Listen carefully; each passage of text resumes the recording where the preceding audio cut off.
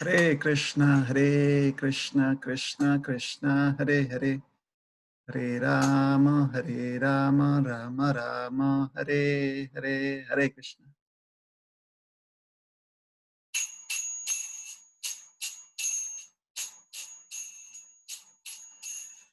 Jaya Radha Madhava Kunja Bihari Jaya Radha Madhava Kunja Bihari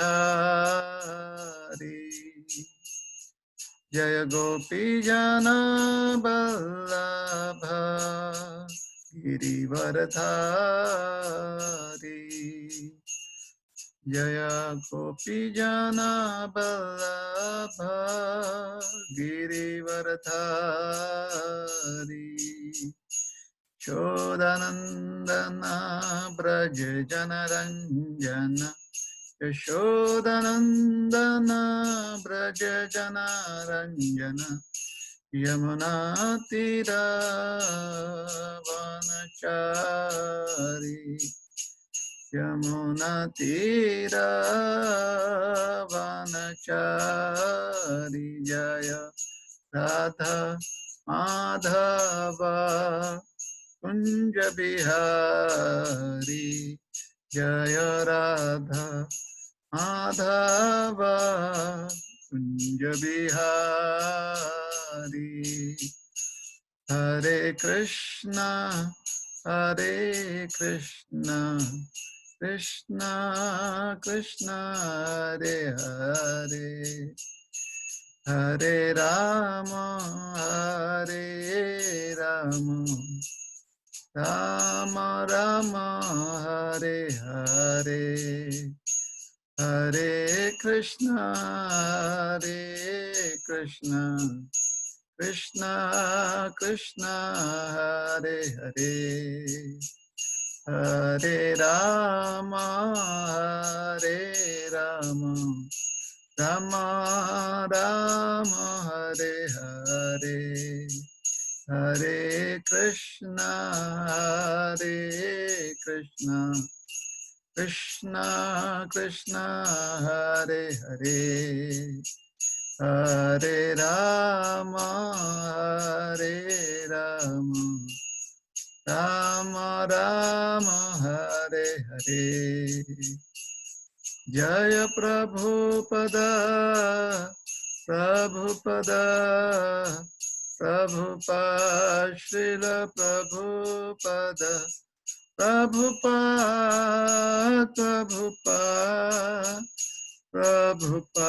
Jaya Jaya Prabhupada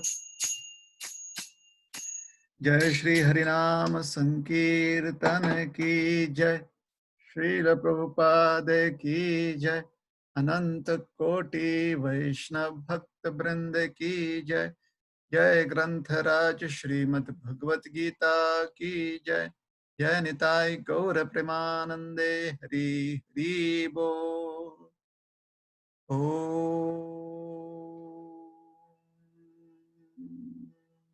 Namo क्षमा कीजिएगा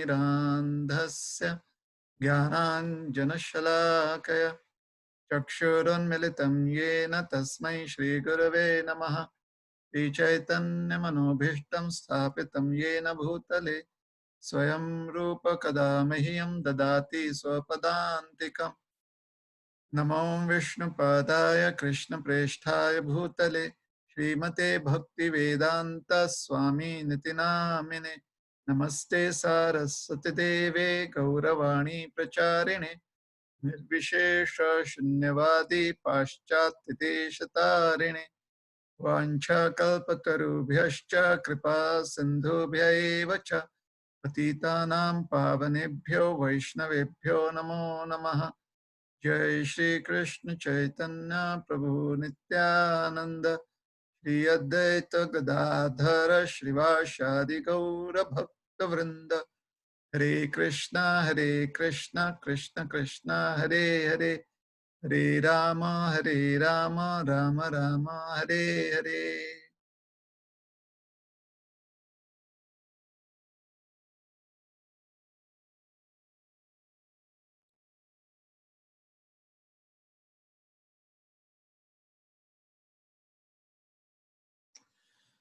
हरे कृष्णा। ग्रंथराज श्रीमद् भगवत गीता अध्याय 6 शीर्षक है ध्यान योग श्लोक क्रमांक 36। असंयतात्मना योगो दुष्प्राप्ति मे मतिः वश्यात्मना तु यतता शक्यो वाप्तुम् उपायतः। असंयतात्मना योगो दुष्प्राप्ति मे मतिः वश्यात्मना तु यतता शक्यो वाप्तुम् उपायतः। असंयतात्मना योगो दुष्प्राप्ति मे मतिः वश्यात्मना तु यतता शक्यो वाप्तुम् उपायतः।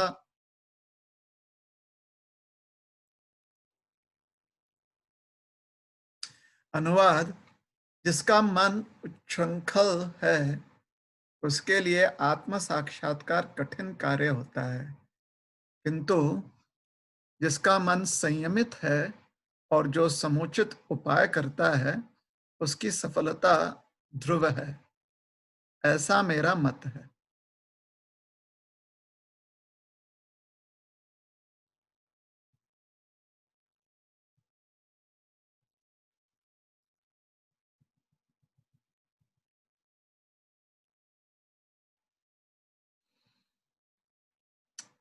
हरे कृष्ण।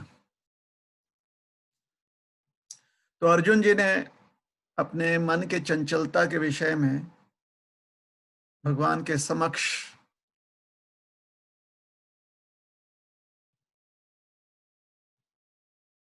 समस्या रखी थी। भगवान ने दो श्लोकों में, पिछले श्लोक में और इस श्लोक में, उसका उत्तर देने का प्रयास किया है। पिछले श्लोक में भगवान ने कहा कि कार्य अत्यंत कठिन है, किंतु अभ्यास और वैराग्य द्वारा संभव है करना। अब आज श्री भगवान जो हैं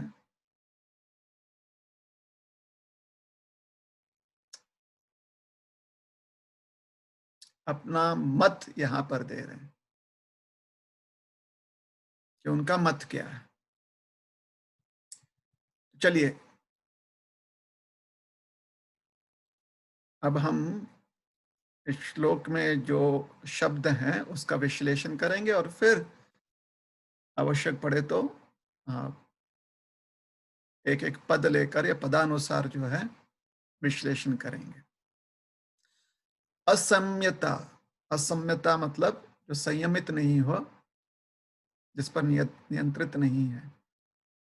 आत्मना, ये फिर से मन से संबंधित है। आत्मना, आत्मना शब्द जो यहां पर है, यो इस शब्द से मन को संबोधित किया जा रहा है।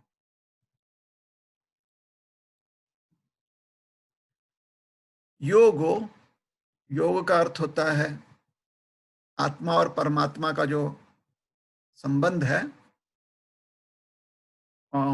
उसका साक्षात्कार होना। तो असंयत आत्मना योग दुष्प्राप। तो आत्मा और परमात्मा का जो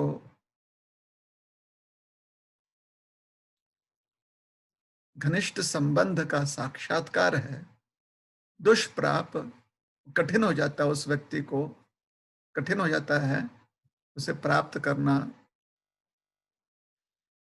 जब मन जो है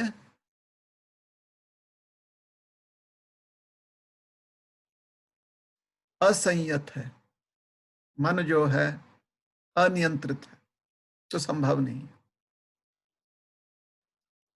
इति में मति ही, ये भगवान कह रहे हैं कि उनकी मति है, उनका खुद का जो ओपिनियन है, भगवान यहां पर बता रहे हैं कि उनका मत क्या है। तो यहां पर भगवान मन अगर संयमित नहीं है या संयत नहीं है, तो फिर योग में स्थित होना या भगवान के परमात्मा स्वरूप को जानते हुए भगवान की सेवा करना, नित्य सेवा करना,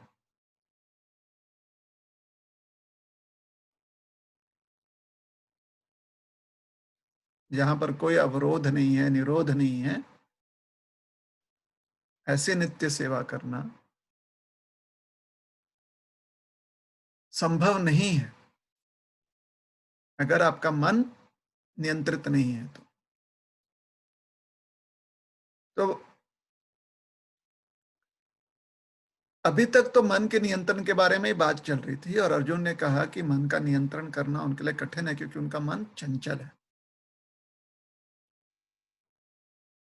तो चंचल मन के लिए भगवान ने उपाय दिया हुआ है अभ्यास और वैराग्य,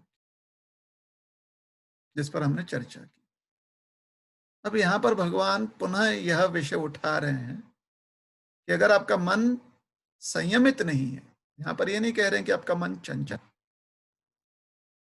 भगवान क्या कह रहे हैं, अगर आपका मन संयत नहीं है, संयमित नहीं है, आपका मन जो है नियंत्रित नहीं किया गया है, तो फिर योग प्राप्त करना या योग में स्थित होना असंभव हो जाता है उस व्यक्ति के।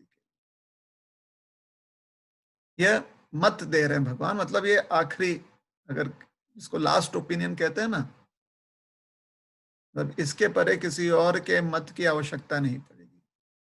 इति में मत ही, भगवान कह रहे हैं ये हमारा मत है।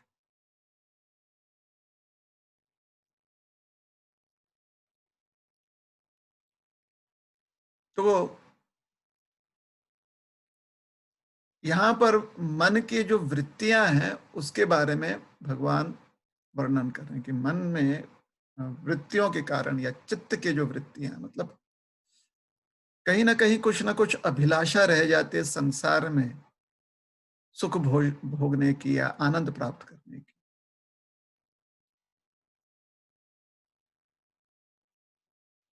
इसकी वजह से मन जो है अस्थिर हो जाता है, कह सकते हैं कि चंचल हो जाता है।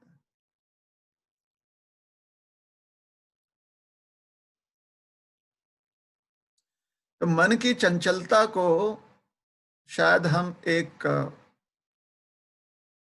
मार्ग दे सकते हैं कि भगवान की सेवा में मन युक्त हो जाए, लेकिन मन के जो असंयत रहने की वृत्ति है, जहां पर मन नियंत्रित नहीं रहता है, वह इसलिए होता है क्योंकि भोग करने की चेष्टा, अभिलाषा व्यक्ति की होती है। तो भगवान कह रहे हैं कि जोर जबरदस्ती से आप अपने मन को संयमित करने का प्रयास कर सकते हो, लेकिन अगर हमने अपनी वृत्ति, अपनी अभिलाषा जो है मूल रूप से बदली नहीं, तो फिर दुष्प्राप्ति में मति। तो मन और इंद्रियों का दमन, संयम और दमन, ये तो आवश्यक है, लेकिन मात्र सिर्फ वही किया हमने तो उससे लक्ष्य प्राप्त नहीं होता। तो मन की चंचलता जहां पर बताई गई है, उसका उस ऐसे चंचल मन को दमन करना, यह खाली एक मार्ग नहीं है। तो अभ्यास के द्वारा उसको दमन करना और वैराग्य के द्वारा उसका दमन करना,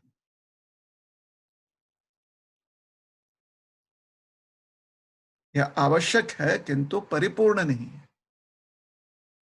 सिर्फ इतना करके ही हमें लक्ष्य प्राप्त नहीं हो, ऐसे करने से शायद सिद्धियां प्राप्त हो जाएं लेकिन लक्ष्य प्राप्त नहीं हो। शायद मन को काबू करने में आप सिद्ध हो जाएं, लेकिन लक्ष्य है परमात्मा की सेवा। इसलिए मन का दमन करना और परमात्मा की सेवा करना, ये दोनों अलग अलग विषय। मन अगर नियंत्रित है तो नियंत्रित मन से परमात्मा की सेवा करना बहुत ही आसान हो जाता है। नियंत्रित नहीं है तो परमात्मा की सेवा नहीं हो पाएगी, या फिर अगर करते भी हैं तो अखंड सेवा नहीं कर पाएंगे, अवरुद्ध सेवा होगी, कुछ ना कुछ अवरोध आएंगे सेवा में, कुछ ना कुछ रुकावटें आएंगी, परेशानी आएंगी, ऑब्स्टिकल्स आ जाएंगे। तो इसलिए भगवान यहां पर कह रहे हैं दुष्प्राप इति मे मति। अच्छा, अगर एक तरफ की बात कही जाए तो साथ ही साथ उसके विपरीत अवस्था की भी बात करनी चाहिए, ताकि तर्क के द्वारा व्यक्ति निर्णय लगा सके कि कौन सा पक्ष जो है वह योग्य है। भगवान जब अपना मत यहाँ पर व्यक्त कर रहे हैं तो अपने मत का जब हम अपने मत को जब हम व्यक्त करते हैं तो आवश्यक ये होता है कि हम उसे इस प्रकार से व्यक्त करें ताकि जो श्रोता हैं, जो श्रवण कर रहे हैं, वह दो पक्ष की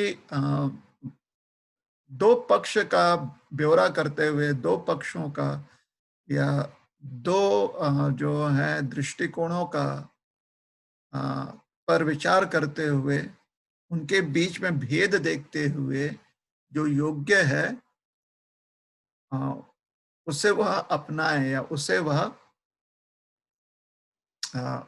मान्यता दे।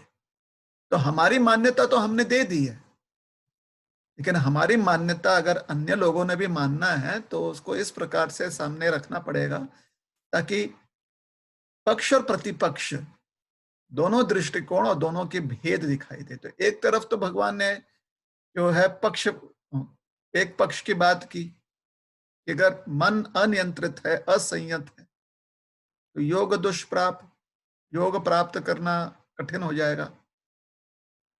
तो अब प्रतिपक्ष की भी बात तो करनी चाहिए, तो वही बात जो है आखिरी दो पदों में किया गया है। वश्यात्मना तो यतता, वश्यात तो वश्य आत्मना, पहले जो है संयत आत्मना, जहां पर मन जो है नियंत्रित नहीं है। अब प्रतिपक्ष की बात कर रहे हैं भगवान कि वश्य आत्मना, अगर मन को वश में कर लिया है, मन को नियंत्रित कर लिया है, मन को आत्मबल से संयमित किया गया है, मतलब मन किसके वश में है? आपके वश में, किसी दूसरे के वश में, आपके वश में है।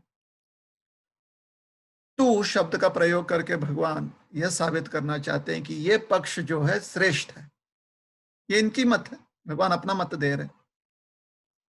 तो ये जो प्रतिपक्ष जो भगवान यहाँ पर अप्रस्तुत कर रहे हैं, तू शब्द से संकेत किया गया कि ये श्रेष्ठ है। मतलब अब जो बात भगवान कह रहे हैं वो श्रेष्ठ है। कह रहे हैं कि अगर किसी ने अपने मन को वश में कर लिया है, मन को नियंत्रित कर लिया है, शक्यो वाप्तो उपायतः, यतता अर्थात कष्ट करते हुए, प्रयास करते हुए, यतन करते हुए, है ना, यतन मतलब क्रियाशील है व्यक्ति।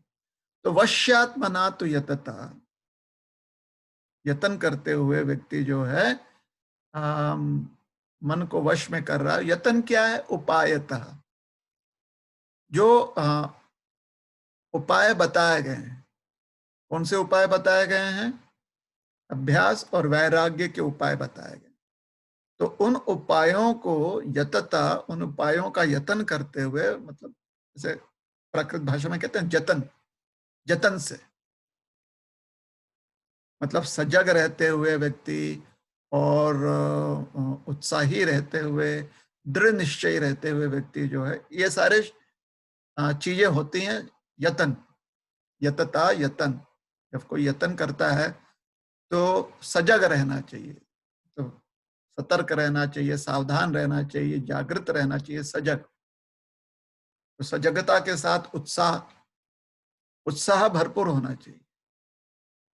और सजगता, उत्साह, दृढ़ निश्चयी, सिर्फ उत्साही रहकर फायदा नहीं है। दृढ़ निश्चय मतलब कितना ही समय लग जाए, निश्चय के साथ और दृढ़ता के साथ। निश्चय का अर्थ होता है पेशेंस, दृढ़ता का अर्थ होता है डिटर्मिनेशन।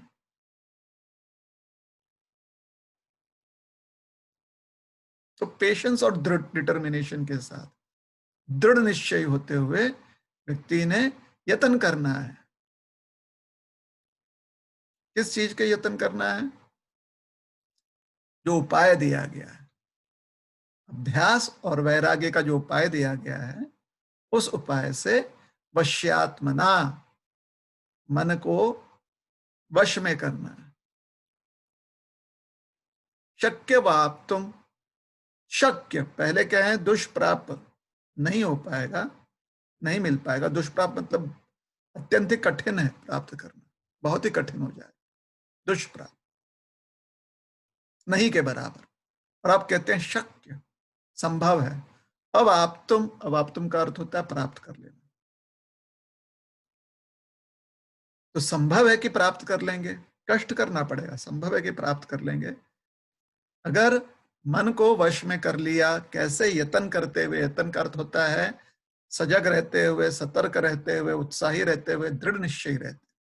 इसको कहते हैं यत्न। यत्न मतलब सिर्फ काम नहीं, किसी भी काम को अगर सिद्ध करना है, किसी भी कार्य को सिद्ध करना है, तो इन चीजों की जरूरत पड़ती है कि आपको सावधानी बरतनी चाहिए, आपको उत्साही रहना चाहिए, आपको दृढ़ निश्चयी रहना चाहिए। इनमें से किसी भी एक चीज में कमी आ जाएगी तो आपके कार्य में कठिनाइयां होंगी। अगर आप सजग नहीं रहोगे तो फिर डिस्ट्रैक्शंस आ जाएंगे। सजग नहीं रहोगे तो शायद अपने लक्ष्य से मन हट सकता, आलस करोगे, ध्यान नहीं दोगे। तो सजग रहना चाहिए। उत्साही, अगर उत्साह नहीं रहेगा तो फिर व्यक्ति मन नहीं लगा पाएगा। उत्साह से किसी भी चीज पर मन लगा रहता है। और दृढ़ निश्चय का अर्थ होता है, दृढ़ता का अर्थ होता है कि कितनी भी कष्ट करनी पड़े, कितना भी मेहनत, कितनी भी मेहनत, कितना भी कष्ट और कितने ही समय तक करना पड़े, व्यक्ति दृढ़ है। और निश्चय का अर्थ होता है लंबे से लंबे समय का भी कार्य जो है उतने ही उत्साह के साथ करना, उसे कहते हैं निश्चय। तो दृढ़ निश्चय होना चाहिए व्यक्ति ने। तो इस प्रकार से यत्न करने से क्या हो जाता है? प्राप्त, प्राप्त हो जाएगा। क्या प्राप्त हो जाएगा? हमें किस चीज की प्राप्ति हो जाएगी? योग, भगवान के साथ जो संबंध स्थापित होना है या पुनः जागृत होना है, जो संबंध का विस्मरण हो गया है उसका पुनः स्मरण होना है, पूर्णतया स्मरण होना है। और उस स्मरण में भगवान की सेवा, यह हमारा परम भाग्य है, यह जानते हुए सेवा करना। तो योग में व्यक्ति स्थित हो जाता है, उसे योग सिद्धि प्राप्त हो जाती है। उपायतः, इसके लिए जो उपाय भगवान ने दिया है अभ्यास और वैराग्य का, उस पर ध्यान रखते हुए, विचार करते हुए व्यक्ति जो है यत्न करता है, कार्य करता है। तो ध्यान योग की जो प्रणाली है, अष्टांग योग की जो प्रणाली है, क्योंकि उसके ऊपर मन को नियंत्रित करने का पर इतना जोर दिया गया है कि जब धारण, ध्यान और समाधि की अवस्था होती है, जो आखिरी 3 अवस्थाएं अष्टांग योग में, जहां पर मन एकाग्र होकर धारण कर लेता है, इस वृत्ति को धारण कर लेता है कि अंतःकरण पर ही ध्यान करना है। अब हम आपका जो स्वस्वरूप है, जो ब्रह्म स्वरूप है, उस पर ही ध्यान करना है, परमात्मा पर ध्यान करना है। तो ये धारणा जो है स्वीकार लेता है व्यक्ति, उसको धारण करता है, उसको रखता है अपने अंतःकरण में। और फिर ध्यान, फिर जो है, क्योंकि इतना कष्ट कर रहा है व्यक्ति, तो मन जो है ध्यान मुद्रा में लग जाता है। उसके बाद समाधि, समाधि मतलब निरोध। अब मन में कोई किसी भी प्रकार की वृत्तियां जो हैं उसे तकलीफ नहीं दे रही हैं,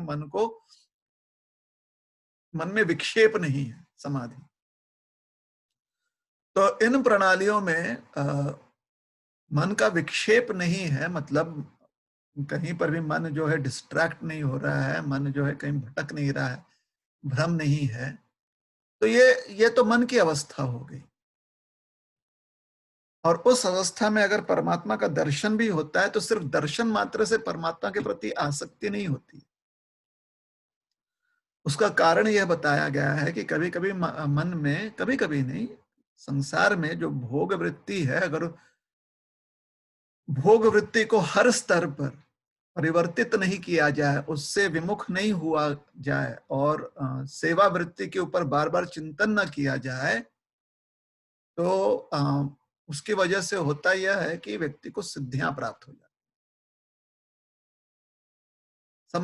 संप्रज्ञात संप्रज्ञात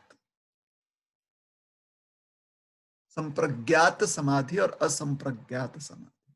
इसकी चर्चा हमने की थी कि एक समय समाधि अवस्था में व्यक्ति को परमात्मा के प्रति इतना प्रेम आ जाना चाहिए कि जो दृष्टा है और जो संबंध है, वो दोनों का अस्तित्व जो है गौण हो जाता है और सिर्फ परमात्मा की जो प्रसन्नता है वो श्रेष्ठ हो जाती है। ध्यान, ध्याता और ध्येय, तो ध्यान और ध्याता दोनों ही गौण हो जाने चाहिए। और जो ध्येय है, ध्येय का अर्थ होता है भगवान के प्रति प्रेम, भगवान की प्रसन्नता, भगवान की सेवा में जो आनंद प्राप्त हो रहा है उसे कहते हैं ध्येय। तो ध्येय जो है प्रधान हो जाता है।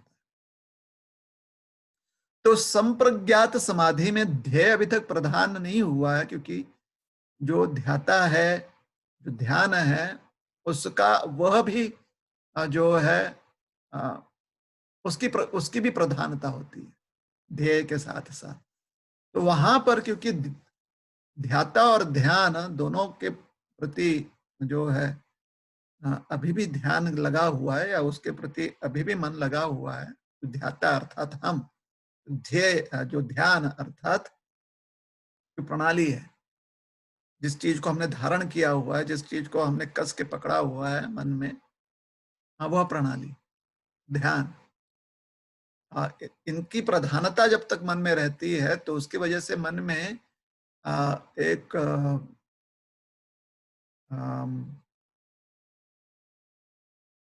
लाभ वृत्ति रह जाती है कि लाभ प्राप्त करना है, सूक्ष्म फल आसक्ति रहती है, फल प्राप्ति है।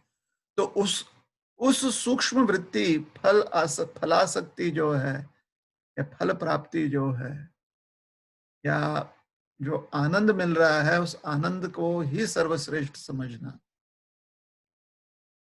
जैसे जैसे हमने कहा ना कि सेवा आनंद में आनंद व्यक्ति भोगता नहीं है, हालांकि आनंद का भोग उसे प्राप्त हो रहा है। भगवान प्रसन्न है, वह आनंद श्रेष्ठ है।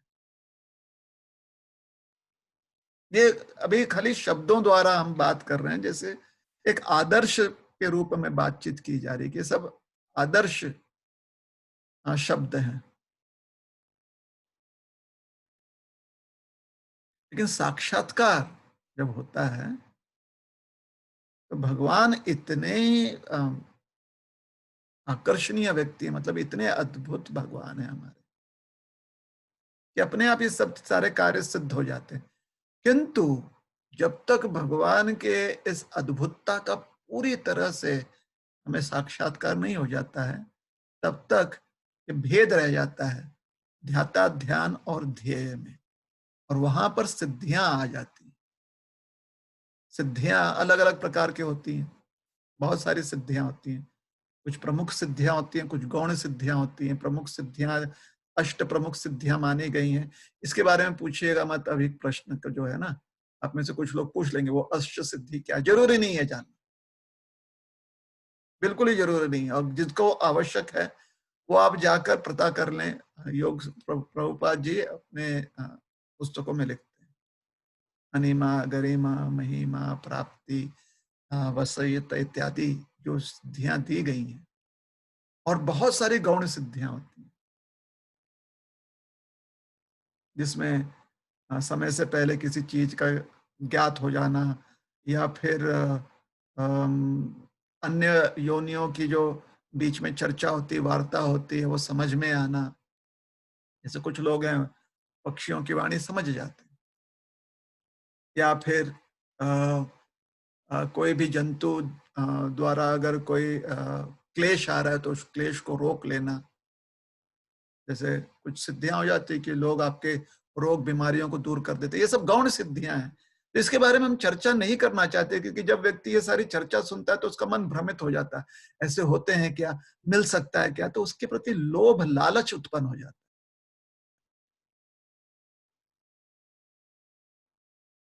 कि ऐसा होता है कि क्या होता है। तो एक प्रकार से ना, जब इन चीजों को हम सुनते हैं तो इतना ही मान लें कि ये सिद्धियां जो हैं हमारे लिए विक्षेप है। विक्षेप का अर्थ है डिस्ट्रैक्शन है। तो बस क्योंकि हमारी वृत्ति है कि हम बहुत चीज जानना चाहते हैं, समझना चाहते हैं, तो उसके लिए अध्ययन कर लें। ठीक है ना? अध्ययन करने के बाद फिर चर्चा कर सकते हैं। आप भी अध्ययन कीजिए, हमारा भी अध्ययन है, फिर चर्चा करते हैं। क्योंकि जब अध्ययन कर लेते हैं, जैसे हमने अध्ययन किया हुआ, तो उस अध्ययन से यही समझ में आया कि ये कितना जो है अ, अ, विक्षेपात्मक है ये सब।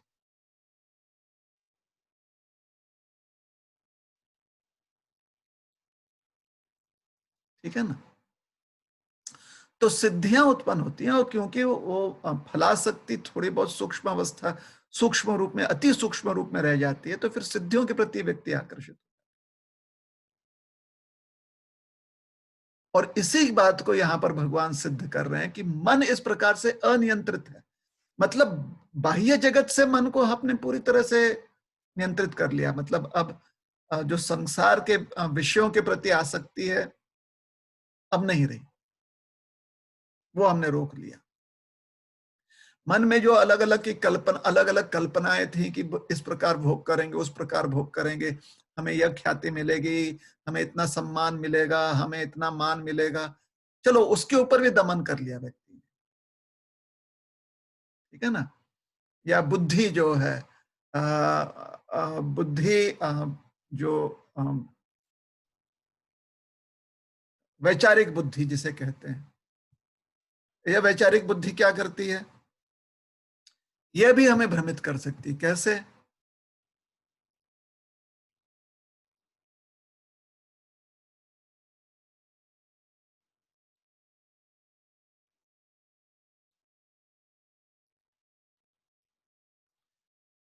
अंतहीन इच्छा,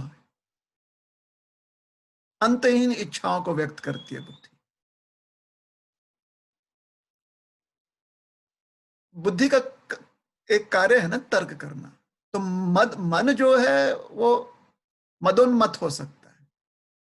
मदोन्मत्त होकर कल्पनाएं करता है कि हम जो है, जैसे एक कल्पना होती है कि अ, कल अगर दाल बनाएंगे तो दाल फ्राई करेंगे हम। मतलब भूनेंगे पहले दाल को, फिर जो है मिर्ची, जो उसमें फिर अम, जीरा, टमाटर, ये सब दाल फ्राई। तो ये हो गया मदोन्मत्त मन। मदोन्मत्त मतलब ये लोभ, मन की इच्छा है। शरीर क्या है, इंद्रियां क्या है? इंद्रिया जो है, दाल फ्राई हो नहीं हो, बस खाना है। तो किसी भी अवस्था में, लेकिन मदोन्मत्त जो मन होता है उसको स्पेसिफिक चाहिए, ये ही चाहिए। और बुद्धि क्या करती? अंतहीन बुद्धि तर्क करती है कि कैसे करेंगे। देखिए भाई, हम जो है हर महीने के इस दिन ऐसा करते हैं, हर वर्ष हम ऐसा करते हैं। तो ये जो पूरी योजनाएं बुद्धि बनाता है, अंतहीन, ये सब विक्षेप है, ये सब डिस्ट्रैक्शन है। तो इन चीजों से मन को हमने रोक लिया, सोच लीजिए। ये अपने आप में बहुत बड़ा कसरत है। इस प्रकार से इंद्रियों को, मन को और बुद्धि को वश करना, ये बहुत सिद्ध लोग कर पाते हैं।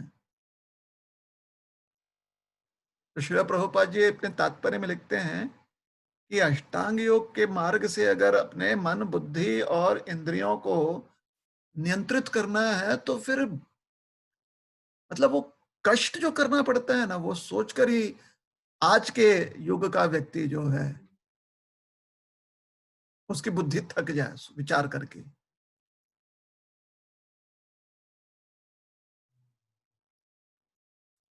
क्योंकि मदोन्मत्त जो मन है, उसकी कल्पनाओं की कोई कमी सीमाएं तो नहीं है। और जो बुद्धि जिस प्रकार से तर्क करती है, अंतहीन तर्क,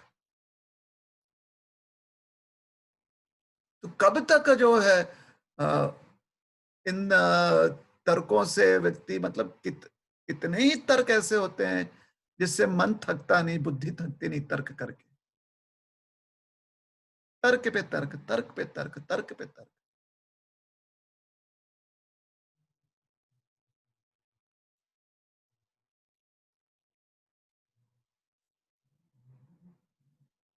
तो मन जो है कल्पना, मतलब कल्पना की एक धुनी होती है, एक उसका उसका एक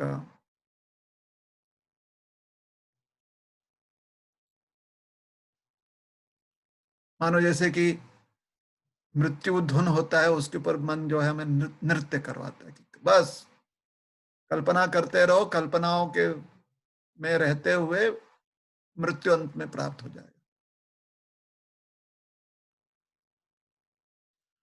और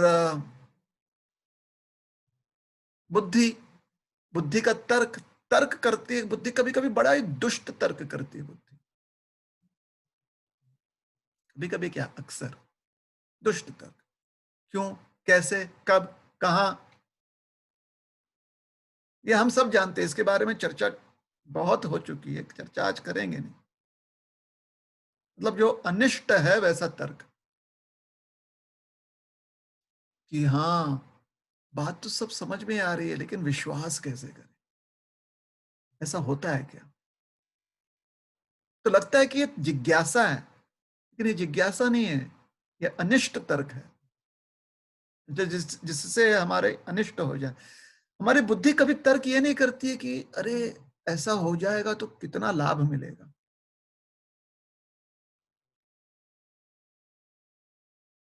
उल्टे ही तर्क करेगी। और वो ऐसे तर्क अंतहीन है। 4 साल पहले भी हम कर रहे थे, आज भी कर रहे हैं, और मोटा मोटी आज से 6 साल बाद भी यही करेंगे। तो 10 साल, आज से 4 साल पूर्व से शुरू हुआ है, आज भी है, और आगे के 6 साल भी करें, 10 साल बस कुतर्क में व्यक्ति लगा देता। तो ध्यान मार्ग से इंद्रियों का जो वेग है, मन की जो उन्मत्तता है, और बुद्धि के जो ये कुतर्क की वृत्ति है, उसका शमन हो गया। सोच लीजिए, शिथिल हो गए ये सब के सब, दमन कर लिया हमने, है ना। इसके बाद भी एक अवस्था होती है जिसके संदर्भ में भगवान कह रहे हैं असंयता, असंयत आत्मना। अगर मन नियंत्रित नहीं है तो कैसे? यहां पर किस बात, किस चीज की चर्चा कर रहे हैं भगवान, ये जानना बहुत योग्य है। और श्रील प्रभुपाद जी इससे तात्पर्य में लिखते हैं कि मन को इस प्रकार से नियंत्रित करना जो है बहुत ही कठिन है। इसलिए आज के युग में मात्र जो है कृष्ण भावना भावित होकर व्यक्ति इसे सिद्ध कर सकता है। हालांकि अष्टांग योग के संदर्भ में साधारण जीव के लिए यह प्रणाली थोड़ा संभव हो, आसान हो। आसान का यह मतलब नहीं है कि आराम से हो जाएगा। आसान का अर्थ है कि जित हमारी जो क्षमता है, उस क्षमता के अनुसार खूब कष्ट करने की जो प्रणाली है, उस क्षमता के अनुसार जो हम अप्रतिम कष्ट कर सकते हैं, मेहनत कर सकते हैं, तो वह प्रणाली भक्ति योग है। आसान का मतलब नहीं है कि हाथ पर हाथ रखकर आराम से बैठकर कर लेंगे। ध्यान योग करने की जो क्षमता है वो इतनी कम हो चुकी है वर्तमान युग में। कहाँ हम जाकर आसन ग्रहण करके लंब स्वरूप की सिधाई रखें अपने सर में, अपने गर्दन में, अपनी पीठ में। 2 घंटे से ज्यादा तो 2 घंटे क्या 15 मिनट से ज्यादा तो बहुत कठिन हो जाता है। आधे घंटा 1 घंटे से ज्यादा बहुत कठिन हो जाता है। 3 घंटा कर ले तो कठिन हो जाता है। कहाँ 24 घंटे व्यक्ति करेगा। 24 घंटे आ, सप्ताह के 7 दिन, महीने के 30 दिन और साल के 365 दिन, ऐसे कई साल तक संभव कहाँ है। उतनी क्षमता है हम में। इसलिए प्रभुपाद जी तात्पर्य में कहते हैं कि ये थोड़ा कठिन है, अत्यंत कठिन है वर्तमान युग में। लेकिन हाथ में माला पकड़कर बैठकर नाम स्मरण करना, 2 घंटे 3 घंटे नाम स्मरण करने के बाद बाकी समय जो है श्रवण कीर्तन मनन वंदन इत्यादि सेवा में युक्त रहना, यह संभव है। उतनी क्षमता हमारी है आज के समय में। लेकिन उसमें कष्ट यह है कि 24 घंटे इस प्रकार से हमें कार्य करने पड़ेंगे। यह कष्ट, यह मेहनत करनी पड़ेगी। इतना मेहनती व्यक्ति को होना ही पड़ेगा। तो भक्ति योग आसान है, इसका यह मतलब नहीं है कि हाथ पर हाथ रखकर धरकर व्यक्ति काम कर लेगा। उसे 24 घंटे सतर्क सजग रहना पड़ेगा व्यक्ति को, तब जाकर भक्ति योग में हमें सिद्धि प्राप्त होगी। अगर कृष्ण भावना भावित होना चाहते हैं तो 24 घंटे का हमारे पास प्लानिंग होना चाहिए। और ये 24 घंटे का प्लानिंग जो है साल के 365 दिन करने का होना चाहिए। और ऐसे 365 दिन, 1 वर्ष, जितने भी हमारे पास जीवन काल में वर्ष हैं, 60 वर्ष 70 वर्ष जो भी है, पूरा करना चाहिए। उसकी प्लानिंग होनी चाहिए। तब जाकर भक्ति योग में हम सिद्ध होंगे। ठीक है ना। तो जो सूक्ष्म बात यहां पर कही जा रही है, जो मन के नियंत्रण के बारे में जो बात कही जा रही है, वह है कि जब योगी मन के और चेतना को जो दूषित करने वाले जो कार्य हैं उससे मुक्त हो जाता है, तो अपनी आपकी चेतना को जो सुदृढ़ रखें या आपके मन को जो स्थिर रखें, उन कार्य में भोग वृत्ति नहीं रहनी चाहिए। क्योंकि जो योग्य कार्य हैं, जो नियम पूर्वक जो कार्य आप कर रहे हैं नियमित रूप से, उन कार्यों को करते हुए भोग वृत्ति नहीं होनी चाहिए। क्योंकि अगर भोग वृत्ति रहेगी तो आपका मन अभी भी अनियंत्रित है, जिसकी चर्चा आज इस श्लोक में की जाए। बहुत सुंदर बात भगवान कह रहे हैं। देखिए, अगर आप में से कोई भी व्यक्ति जो ये 6वां अध्याय जिस पर हमने इतना विश्लेषण किया हुआ है, बार बार इसे पढ़ेगा तो समझ में आएगी कि साधना आराम से रहकर नहीं की जा सकती। 24 घंटे सतर्क रहकर ही साधना की जाती है। ये नहीं कि 8 माला 12 माला 16 माला कर लिया हमने दिन में, या दिन का हमने 1 लाख राम नाम लिख लिया या कृष्ण नाम लिख लिया या राधे कृष्ण लिख लिया, उसके बाद हम आलस करें नहीं। और यह करते हुए भी भोग वृत्ति नहीं होनी चाहिए। तो इस संदर्भ में एक उदाहरण, जो एक व्यवहारिक उदाहरण है, वह देकर समझाने का प्रयास करें। देखिए,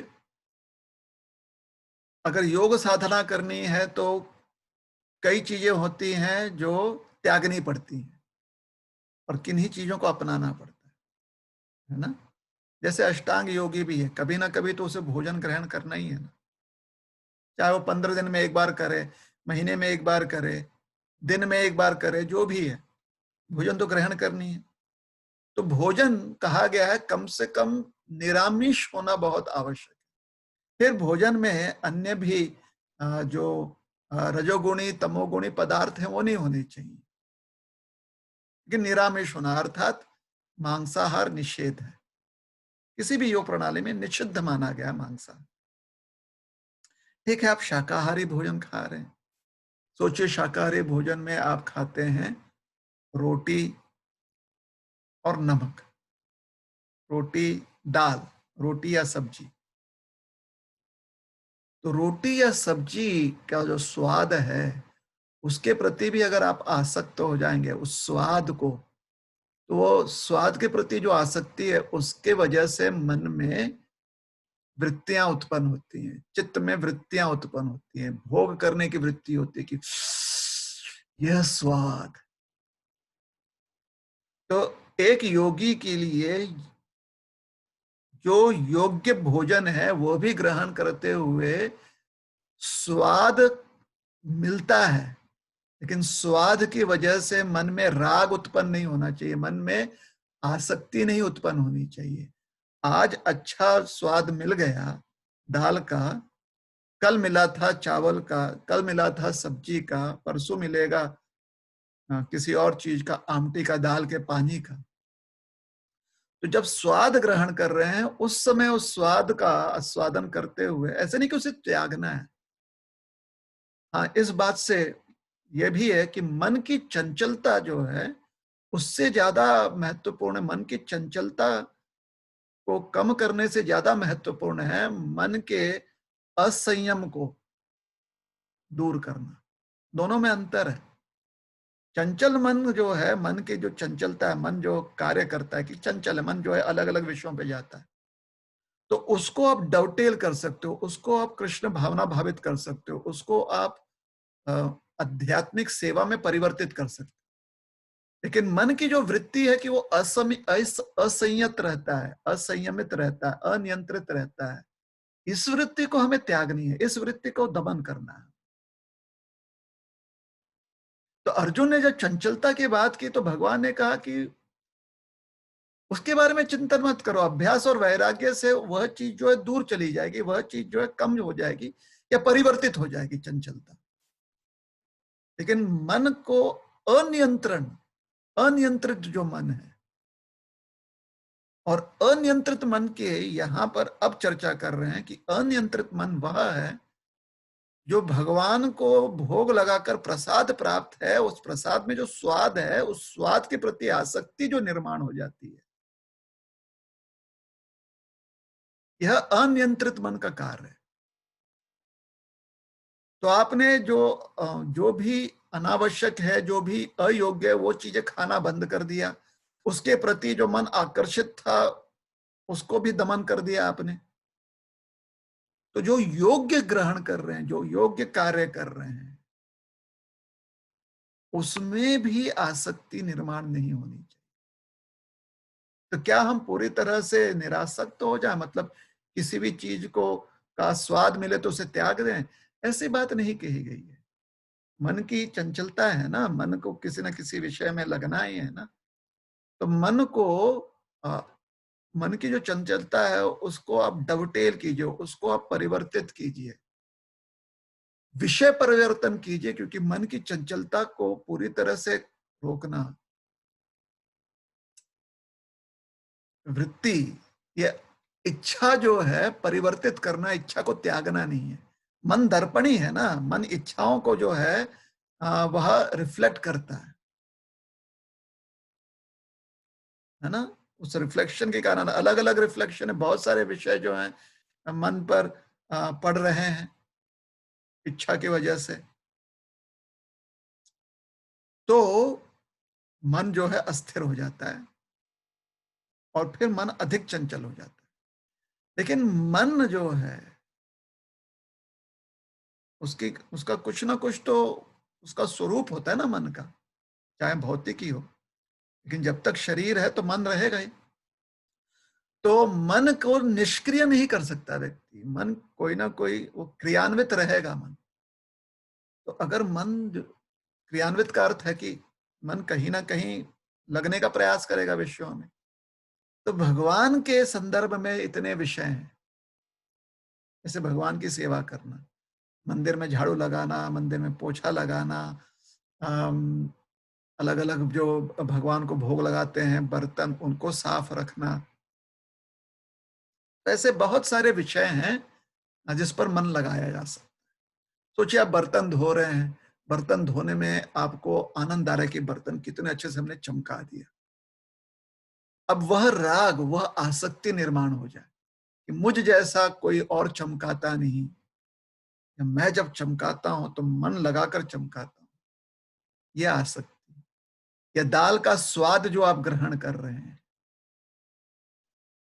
उसके प्रति आसक्ति कि यह स्वाद, इतना स्वाद है कि खाने के 10 मिनट बाद तक भी उस स्वाद को याद रखें।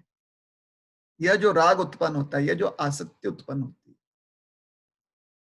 कि आदमी खाने के 10 मिनट बाद भी जो है, आधा घंटे बाद भी कोई पूछता है पानी पीजिएगा, तो मन में एक इच्छा व्यक्त होती है कि नहीं, पानी पी लेंगे तो स्वाद चला जाएगा मुंह से।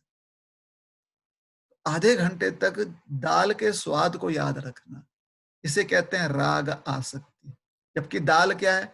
शाकाहारी भोजन है, कोई भी योगी ग्रहण कर सकता है। तो योग्य वस्तु जो है, योग्य क्रिया के प्रति भी आसक्त होना, ये भी असंयमित मन का लक्षण है।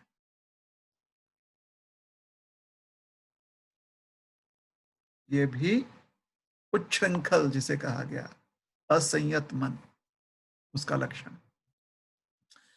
तो करना क्या है? स्वाद लेते समय क्या स्वाद त्यागते? नहीं, स्वाद जब मिल रहा है उस समय कृतज्ञ हो जाइए भगवान को कि प्रभु आपने कितना सुंदर स्वाद जिह्वा के लिए निर्माण किया है।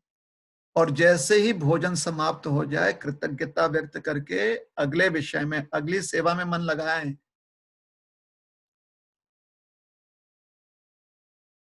क्योंकि जब आप किसी चीज के लिए ग्रेटफुल हो जाते हो, कृतज्ञ हो जाते हो, तो वहां पर वो क्लोजर हो जाता है। वो जो एक वासना होती है ना, या मन के ऊपर जो उसका एक प्रभाव होता है, वो वहीं पर क्लोज हो जाता है, क्योंकि कृतज्ञता का फल ही होता है। जब आप कृतज्ञ कृतज्ञ होते हो, कृतज्ञता व्यक्त करते हो, तो उसका मतलब एक क्लोजर हो गया, वह विषय वहां पर समाप्त हो गया। अब अगले चीज पर आप ध्यान दे सकते। और जहां पर कृतज्ञता होती है, वहां पर सेवा वृत्ति अपने आप आ ही जाती है। बस ये एक संबंध है दोनों के बीच में, कृतज्ञ वृत्ति तो सेवा वृत्ति। दाल आस्वादन किया, स्वाद जो है अच्छा लगा आपको, भगवान को मन ही मन जो है आपने धन्यवाद कर दिया कि प्रभु आप कितने दयालु हो कि हम इतना प्रयास करते हैं संसार में भोग करने का, और आपने इतना सुंदर स्वाद प्रसाद के रूप में अर्पण कर प्रदान किया हमें, प्रसाद के रूप में। आप अत्यंत दयालु हो। और जब भगवान के प्रति जो है, भगवान की दया के प्रति वो स्वाद निर्माण होगा, तो देखिए दाल के स्वाद के प्रति अपने आप अनासक्ति आ जाएगी। तो कृतज्ञता जो है संसार के राग से हमें मुक्त करती है। राग का अर्थ होता है आसक्ति।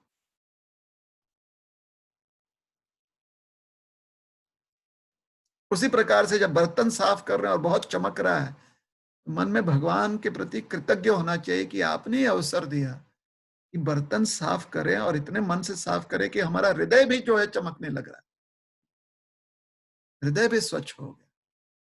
और जैसे ही यह वृत्ति मन में आती है, और एक बार नहीं, दो बार नहीं, अभ्यास और वैराग्य, अभ्यास और वैराग्य,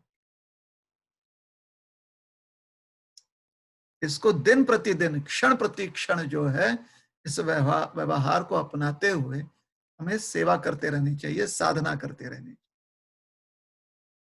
नहीं, 4 साल पहले हमारे मन में कृतज्ञता जो आ गई थी, तब से हम सिद्ध हैं, ऐसा होता नहीं। 4 साल पहले आई थी, फिर 3 साल,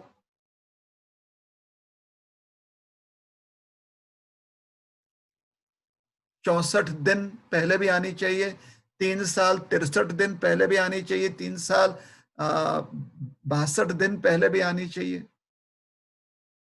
प्रतिदिन एक ही दिन के व्यक्त की गई कृतज्ञता पर हम सिद्ध नहीं हो पाएंगे। और जिस प्रकार ऐसे कृतज्ञ होते हुए व्यक्ति जो है भगवान की सेवा में फिर नियुक्त हो जाता है। तो इसे कहते हैं, यहां पर भगवान कह रहे हैं, असंयतात्मना योगो दुष्प्राप। जो मन आसक्त हो जाता है, जो व्यक्ति आसक्त हो जाता है योग्य कार्य में लगे हुए, उसे प्राप्त नहीं होगा, योग सिद्धि प्राप्त नहीं होती उसे, वो योग में स्थित नहीं हो सकता। लेकिन वश्यात्मना, जिसने अपने मन को वश में कर दिया, और वश में कैसे किया है? भगवान के प्रति कृतज्ञता व्यक्त करते हो, भगवान को बार बार धन्यवाद देते हो, हर अवस्था में भगवान को धन्यवाद देना।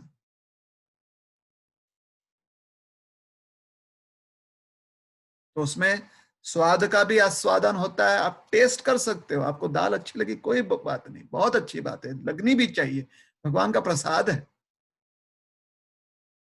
लेकिन खाने के 10 मिनट बाद तक उस स्वाद को रखना ये उचित नहीं है, क्योंकि जैसे ही खाना समाप्त हो गया, भोजन ग्रहण कर लिया आपने, आपको अपने अगले साधना में, अगली सेवा में लगना है, उसमें मन लगाना है।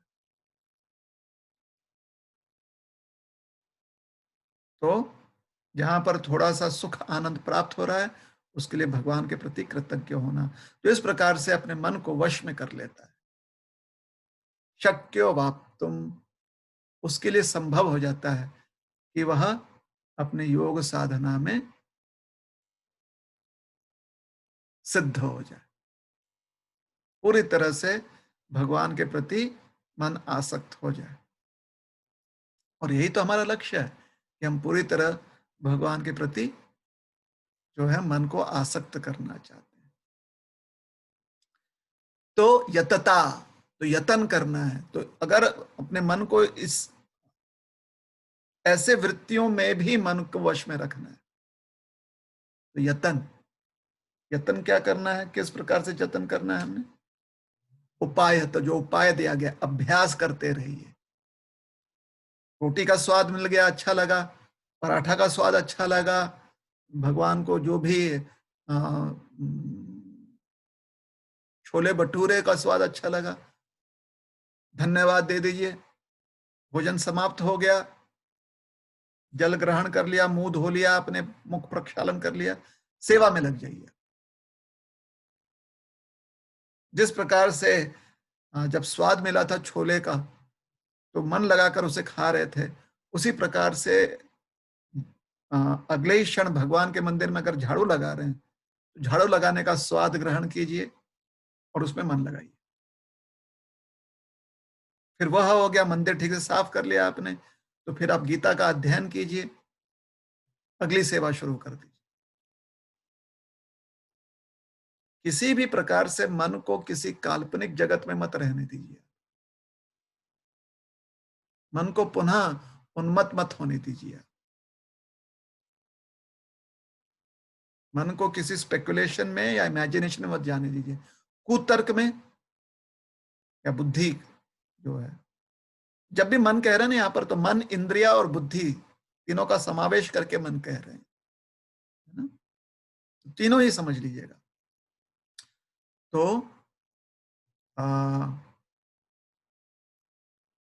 यह अभ्यास व्यक्ति ने करना है। तो सोचिए आपको और हमको कितना अभ्यास करना है, बहुत अभ्यास करनी पड़ेगी ना। और मानव जीवन दिया ही गया है इस प्रकार से अभ्यास करने के लिए।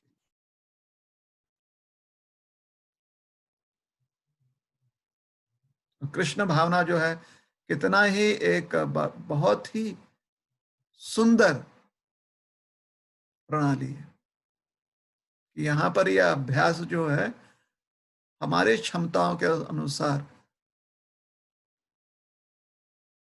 पूरी मेहनत हम यहाँ पर कर सकते हैं, अपने क्षमता के अनुसार।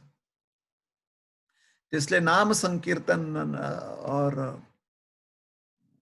भगवत स्मरण, कथा श्रवण बहुत ही सुंदर मार्ग है आज के युग के लिए। तो वश्यतात्मना यतता शक्यो वाप्तुम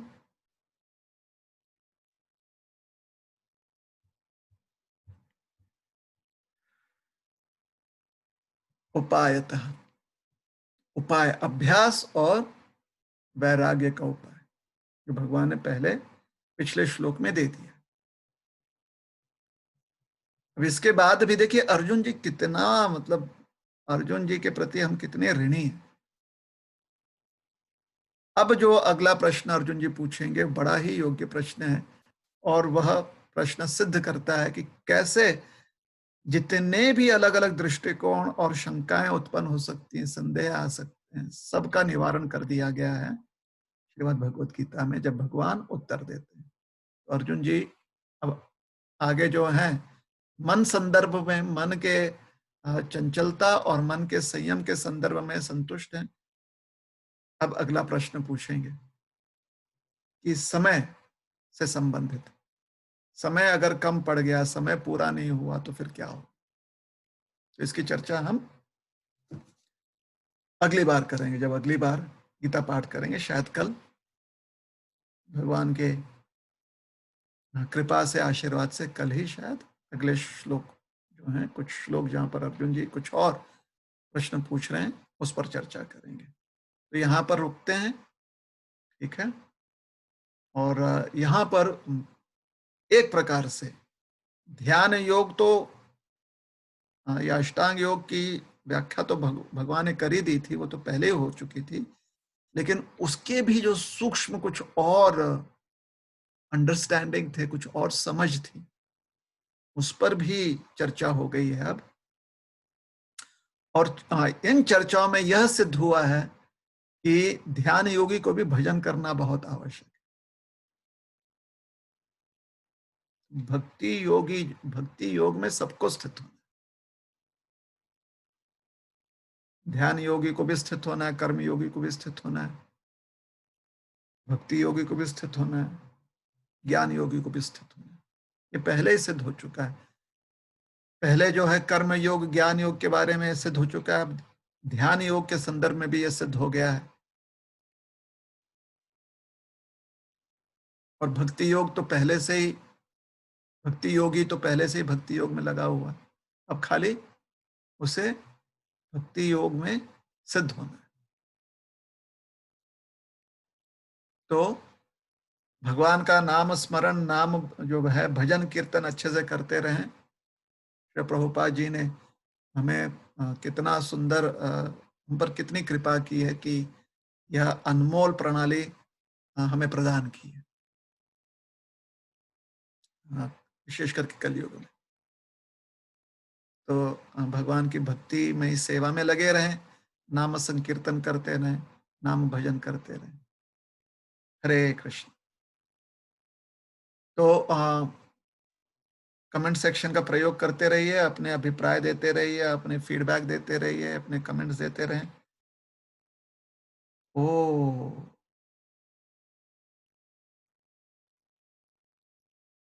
आज लगता है कि बहुत ट्रांसमिशन में गड़बड़ हुआ। किसी ने कमेंट किया कि काफी आवाज जो है टूट रहा था, हम ध्यान नहीं दे पाए। यही कहेंगे कि अगर हम कुछ कर भी नहीं पाते, कितने बार हम जो है रुकते और रोक पाते, लेकिन यही रिकॉर्डिंग जो है ना, इसको यूट्यूब के लिए भी किया जा रहा है। तो हमारे यूट्यूब चैनल पर आप जा सकते हैं, इस्कॉन औरंगाबाद मीडिया, वहाँ पर प्लेलिस्ट में आप चले जाएं, या आज ही के आज जो हैं 2 घंटे के बाद आप देख लें, 2 घंटे में अपलोड हो जाएगा, 2-3 घंटे में आज का प्रवचन। और शायद वह जो है उसमें कहीं पर भी कुछ ब्रेकेजेस ना हो, कुछ ट्रांसमिशन स्मूथ हो, ऐसी अपेक्षा रख रहे हैं। तो बहुत बहुत आपसे क्षमा चाहते हैं, माफी मांग रहे हैं कि हम ध्यान नहीं दे पाए। ये कमेंट आया है कि आज वॉइस काफी ब्रेक हो रहा था। तो I am really very sorry. YouTube पर आप जरूर सुने इसको, कि अगर और अच्छे से नितांत रूप से आप सुनना चाहते हैं शांति से, तो यूट्यूब पर जो हम अपलोड करते हैं शायद वो ठीक ठाक रहे।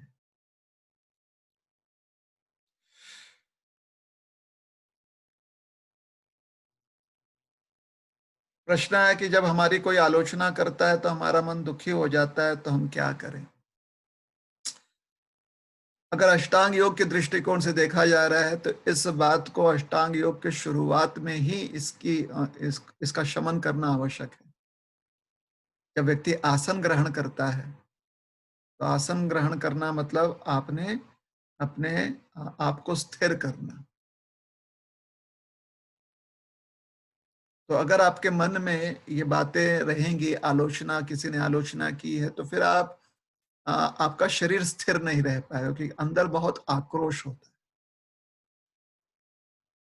तो आपने जो प्रश्न पूछा है, उसका वह प्रश्न जो है शायद जब हम चर्चा कर रहे थे 10वें श्लोक या 15वें श्लोक, 10 से 15 श्लोक, 15वें श्लोक के बीच में जो चर्चा चल रही थी, उस संदर्भ में कि अगर कोई आलोचना करता है तो क्या करें। फिर भी आपने पूछा है, ठीक है। अगर कोई व्यक्ति आलोचना कर रहा है तो उसके पीछे कुछ ना कुछ कारण होगा, या तो वो आपसे द्वेष करता है, या आप उससे द्वेष करते हैं। तो जिस भी संदर्भ में वो आपकी आलोचना कर रहा है, वो कुछ ना कुछ आपकी कमी दर्शा रहा है। अगर वह कमी आप में है और आपको लगता है कि शांत मन से आप देखते हैं कि वो कमी आप में और आपके लिए योग्य नहीं है, तो आप जो है अ, अपना व्यवहार बदल लीजिए, ताकि जो कमी है व्यवहार में खत्म हो जाए।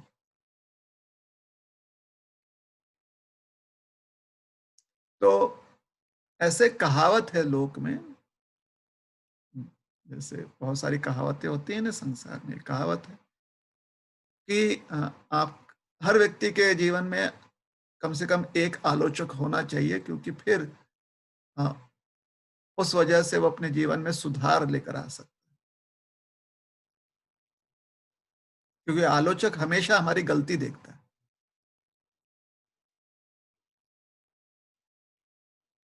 या हमारी कमियों को देखता है। हाँ, जब वो, क्योंकि हमेशा अगर कोई हमारी गलतियां, कमियां बताए, तो फिर हम भी तो मायूस हो जाते हैं। तो इसलिए उनको कहते हैं आलोचक। वो हमेशा करते हैं, इसलिए हमें हमें दुख होता है। लेकिन जिस संदर्भ में कर रहे हैं शायद वो सही हो। और अगर आप अपने जीवन में अपने कमियों से ऊपर उठना चाहते हैं, तो फिर एक आलोचक जो है वो 100% आपको गारंटी देता है कि वो आपकी कमियों को दर्शाएगा।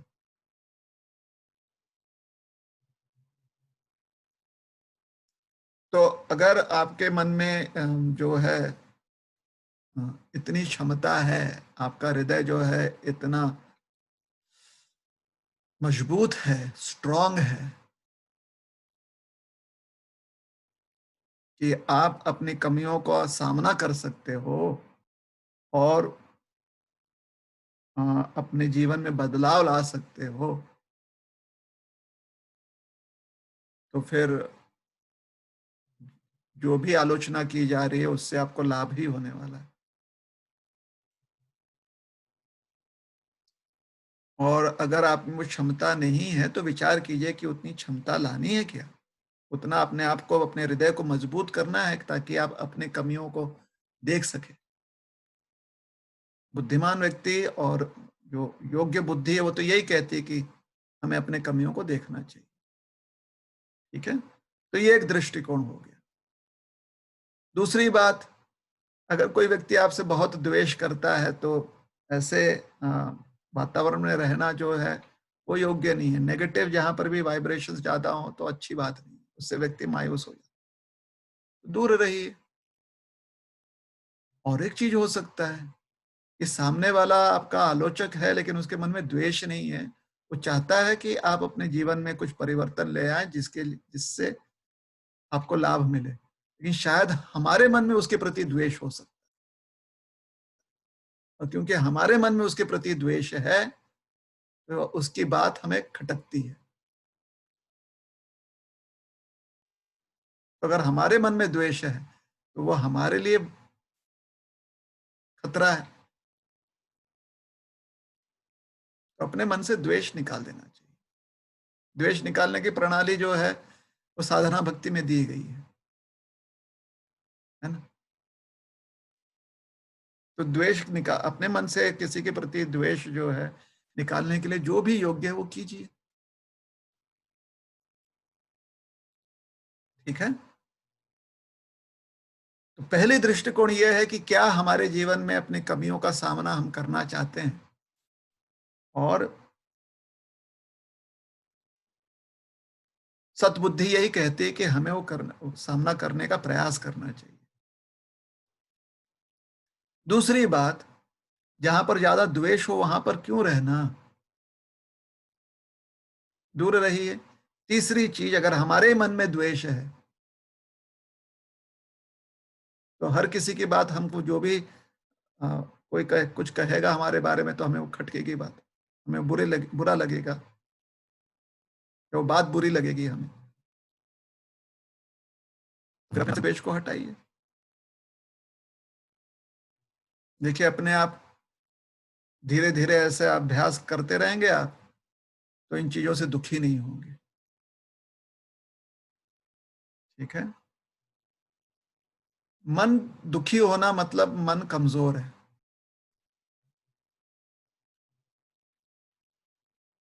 तो बुद्धि और प्रबल कीजिए, ज्ञान और प्राप्त कीजिए, और अपना अन्वेषण करते रहिए। अपना जो है जिसे सेल्फ इंट्रोस्पेक्शन करते हैं, स्वयं अपना ही परीक्षण निरीक्षण करते रहें, ताकि हम और इम्प्रूव हो सके। अपने अपने व्यक्तित्व, अपना हमारा जो कैरेक्टर है, हमारा जो चरित्र है, और सुंदर बन जाए। ठीक है। चलिए, अगला प्रश्न क्या है?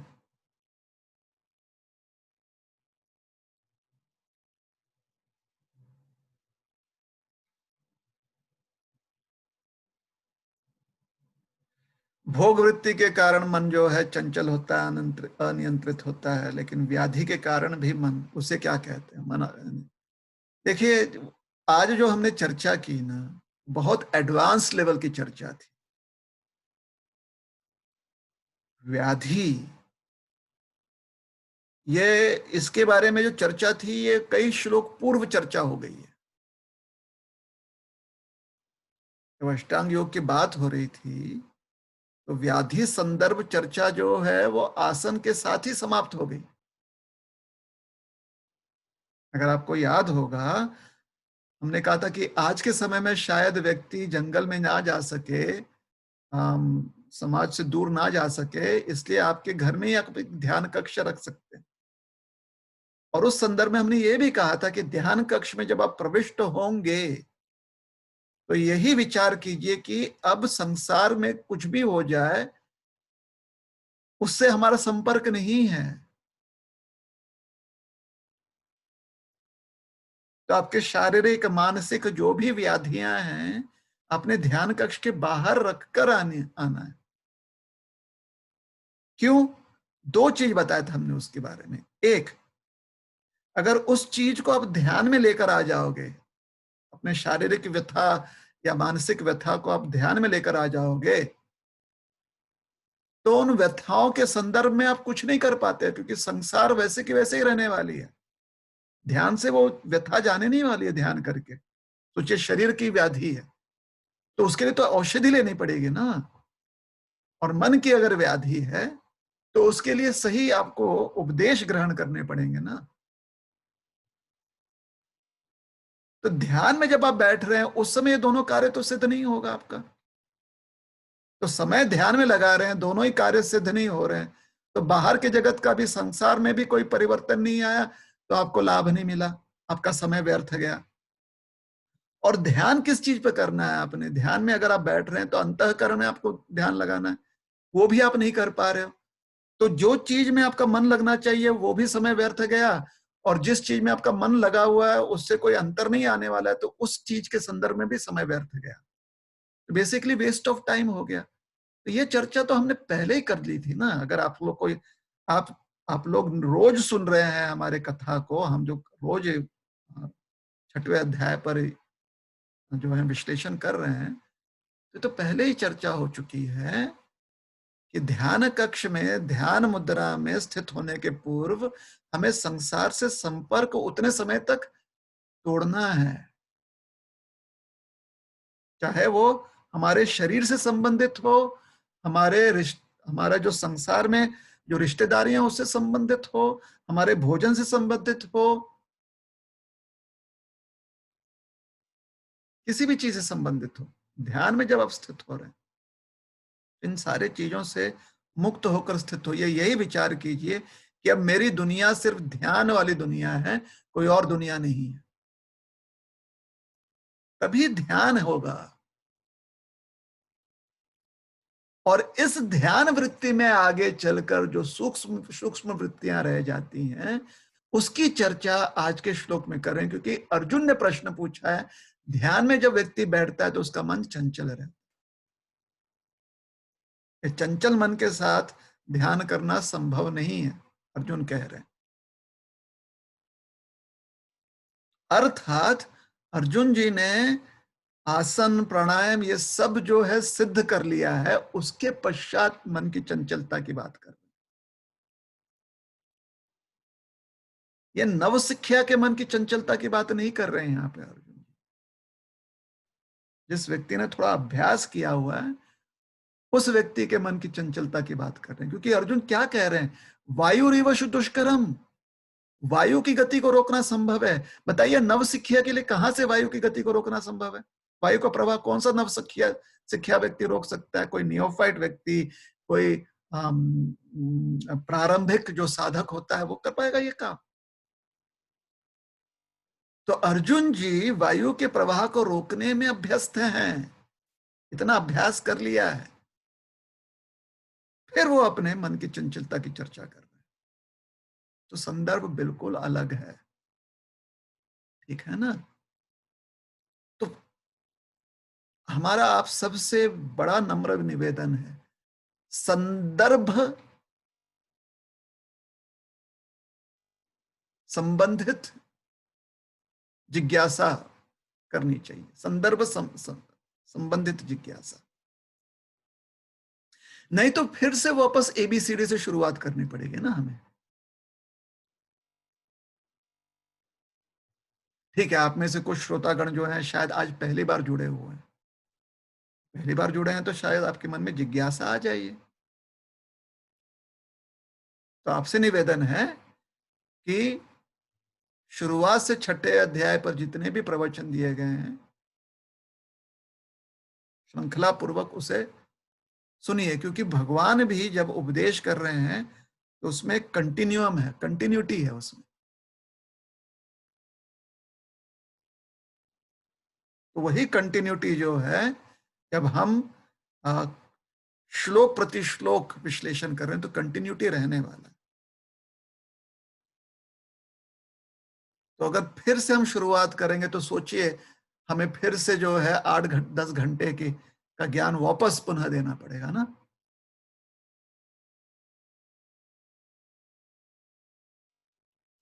तो व्याधि संदर्भ की चर्चा जो है, जो व्याधि, शारीरिक या मानसिक व्याधियां जो आती हैं, वह व्याधि तो बाहर से आ रही है।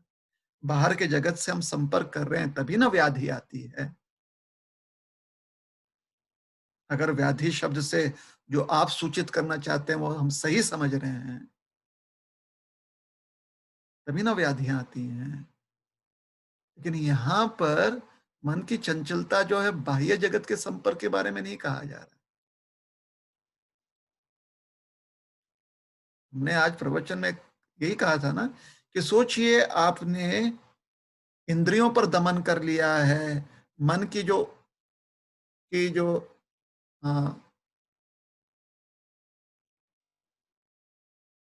मदद जो मन जो है उन्मत्त होने की वृत्ति है उस पर दमन कर लिया है।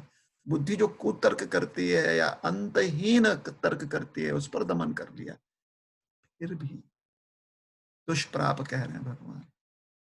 बहुत ही एडवांस लेवल के मेडिटेशन की बात की जा रही है।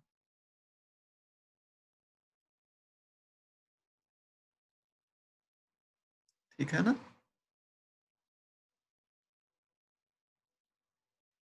तो अर्जुन जी का जो प्रश्न है वो संदर्भ में किया गया। वो संदर्भ समझना बहुत आवश्यक है। हाँ, अगर कहीं ऐसे ही प्रवचन कर रहे थे हम और कहीं पर एक जनरल कर रहे हो और वहां पर भी हम इस श्लोक का प्रयोग कर सकते हैं कि उसको जनरल रूप में हम करेंगे प्रयोग। आज जब हम चर्चा कर रहे हैं तो ये कंटिन्यूटी चल रहा है। सोचिए, एक सिलेबस कवर कर किया जा रहा है। तो जून में आप वो सिलेबस ज्वाइन करते हैं, मार्च में वो सिलेबस खत्म हो रहा है। मार्च में अगर आप जून में जो सिलेबस दिया गया उस संदर्भ में अगर आप जिज्ञासा करेंगे, तो थोड़ी देरी हो रही है ना उसमें, वो जिज्ञासा करने में। क्योंकि फिर से आपको उससे अच्छा अगले टर्म में फिर से एडमिशन ले लीजिए आप, और जून से आप ध्यान लगाकर श्रवण कीजिए। ठीक है? और उसी जून में ही जो जिज्ञासा होनी चाहिए वो जून में कीजिए, जुलाई में जो जिज्ञासा होनी चाहिए वो जुलाई में कीजिए। ठीक है?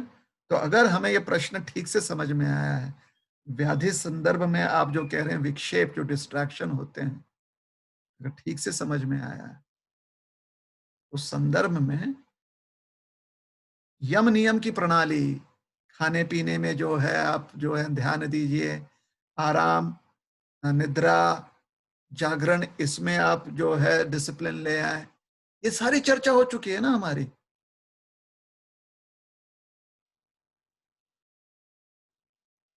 ठीक है ना?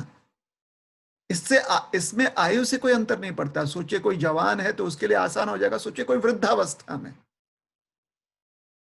तो वृद्धावस्था में भी भोजन, खान पान, विश्राम, चेष्टा, इन सब पर हमें नियंत्रण करना है। ये सारी बातें हो, युक्ताहार विहार से युक्त चेष्टा से सब उस श्लोक में ये चर्चा कर लिए हैं हम। ठीक है? तो अगर आप जवान हैं, अगर आप वृद्ध हैं, तो अपने अपने आयु अवस्था के अनुसार युक्त हर चीज कीजिए।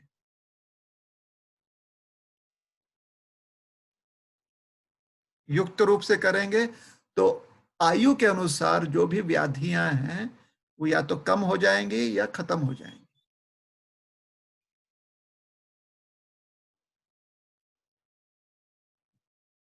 ठीक है?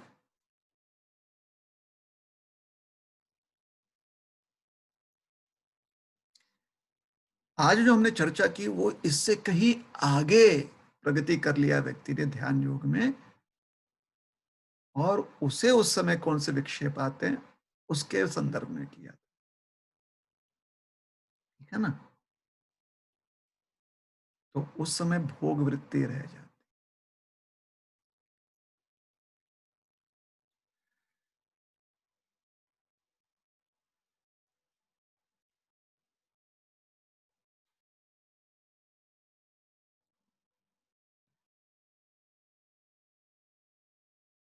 और एक प्रश्न है कि प्रोवोकिंग सिचुएशन में मन को कैसे नियंत्रित करना चाहिए। फिर हमारी चर्चा जो है आज से कम 20 श्लोक पूर्व की जो अवस्था की चर्चा आ रही है वापस से।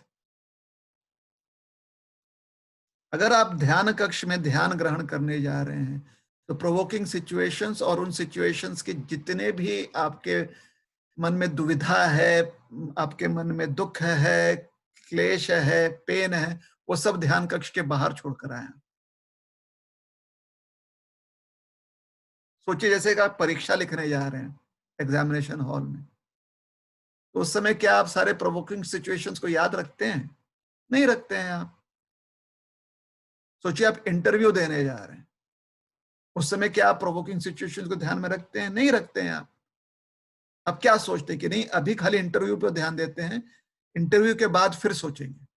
अभी परीक्षा लिखते हैं, परीक्षा के बाद फिर से सोचेंगे। उसी प्रकार से ध्यान कक्ष में जाने के पहले इन सारी चीजों को बाहर छोड़िए आप।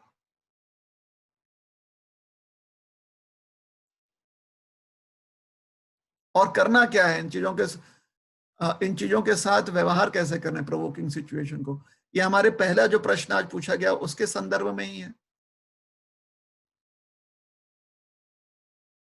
अगर कोई कोई भी अवस्था ऐसी है जो आपको विचलित कर रही है, आपको प्रोवोक कर रही है वो अवस्था, उसके कारण जो है सबसे पहला कारण है, क्या आपके जीवन में कुछ सुधार आना चाहिए? उस पर विचार कीजिए। अगर आपके जीवन में सुधार लाना है तो ये आपके लिए लाभदायक है। दूसरी चीज, जिस वजह से वो हो रहे हैं, अगर व्यक्ति विशेष से हो रहे, कोई और कर रहा है, तो क्या उसके मन में आपके प्रति द्वेष है? द्वेष है तो उन व्यक्तियों से दूर रहिए। वस्तु विशेष है तो वह वस्तु जिससे आपको परेशानी हो रही है, आपको आपके मन को चुभ रहा है, उससे दूर रहिए। स्थान विशेष, जिस स्थान से आपके मन को चुभ रहा है उस स्थान से दूर रहिए।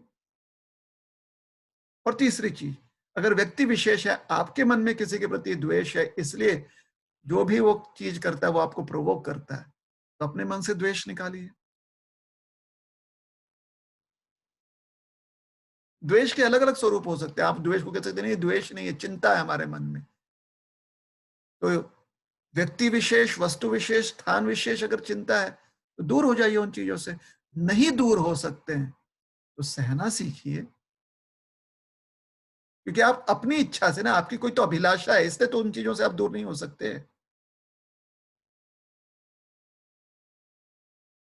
एक छोटा सा उदाहरण देते हैं। ये कहा जाता है, ये नीति शास्त्र में कहा गया है, कभी कभी कहा गया कि अष्टवक्र मुनि जो हैं, हाँ, उनके जीवनी से ये प्रसंग का बताया गया है। प्रसंग इतना ही है कि एक व्यक्ति जो है जाकर कसकर एक वृक्ष को पकड़ लेता है, वृक्ष के धड़ को, जो ट्रंक ऑफ द ट्री होता है ना, उसको कस कर पकड़ लेता है, अपना हाथ चारों ओर से बांध लेता है, पैर बांध लेता है, कस कर पकड़ता है और फिर जोर जोर से चिल्लाता है, कोई मुझे इस वृक्ष से छुड़ा है, कोई मुझे इस वृक्ष के पकड़ से छुड़ा है। तो एक बच्चा है ना, उसकी बुद्धि जो है थोड़ी बहुत विकसित होती है, एक बालक, वो कहता है, स्वामी जी आप पेड़ को छोड़ दीजिए, अपने आप छूट जाएंगे। अष्टवक्र मुनि और जनक महाराज के बीच में ये प्रसंग भी समझाई गई। जनक महाराज ने अष्टवक्र मुनि से पूछा, मोह माया क्या है?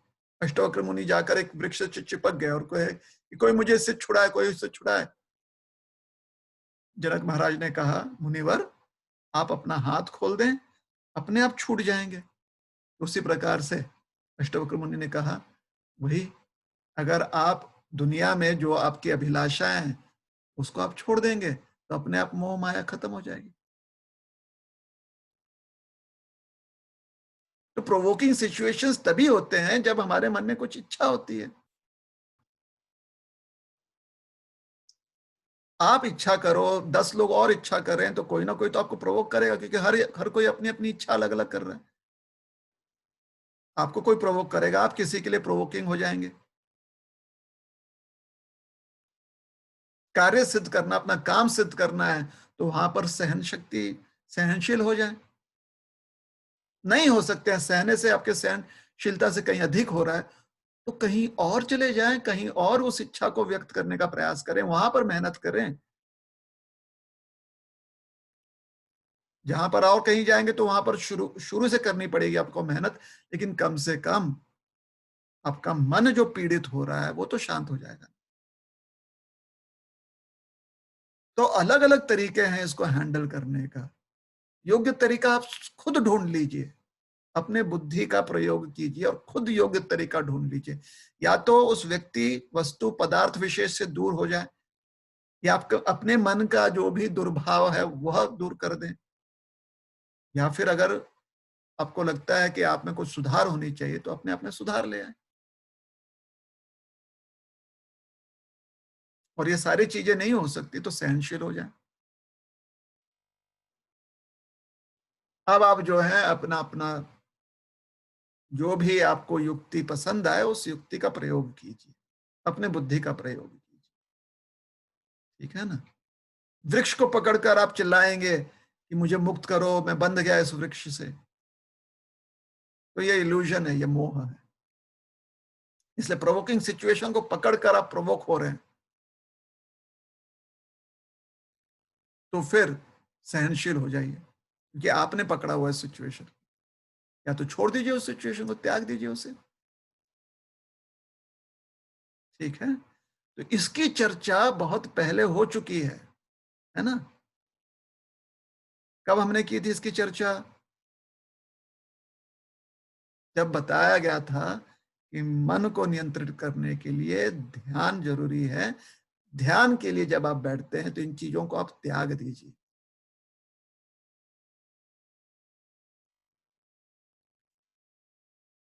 ठीक है?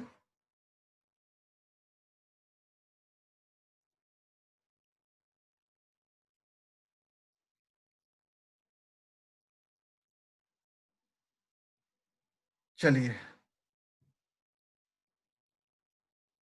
तो इतने सारे प्रश्न जो हैं, 3 प्रश्न थे आज। और कोई प्रश्न है किसी का?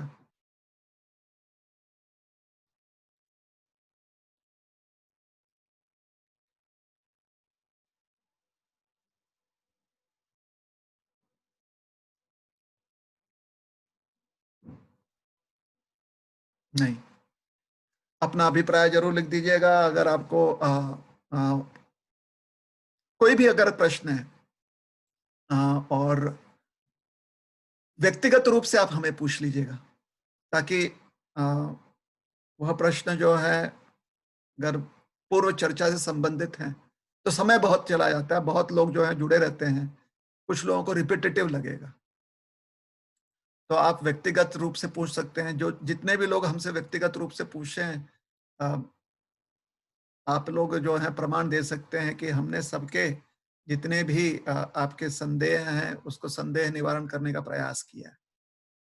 तो व्यक्तिगत रूप से भी पूछ सकते हैं, ठीक है ना? व्यक्तिगत रूप से पूछने के लिए आप मैसेंजर पर हमें मैसेज कर दें, या फिर व्हाट्सएप पर आप हमें मैसेज करें। इनके पास हमारा ईमेल आईडी है, वो मेल भी कर सकते हैं। चलिए, यहाँ पर रुकते हैं। कमेंट सेक्शन का प्रयोग जरूर कीजिएगा, क्योंकि मन में आपकी जो बात है दूसरों के साथ शेयर करने से बहुत लोगों को उससे प्रेरणा मिलती है। और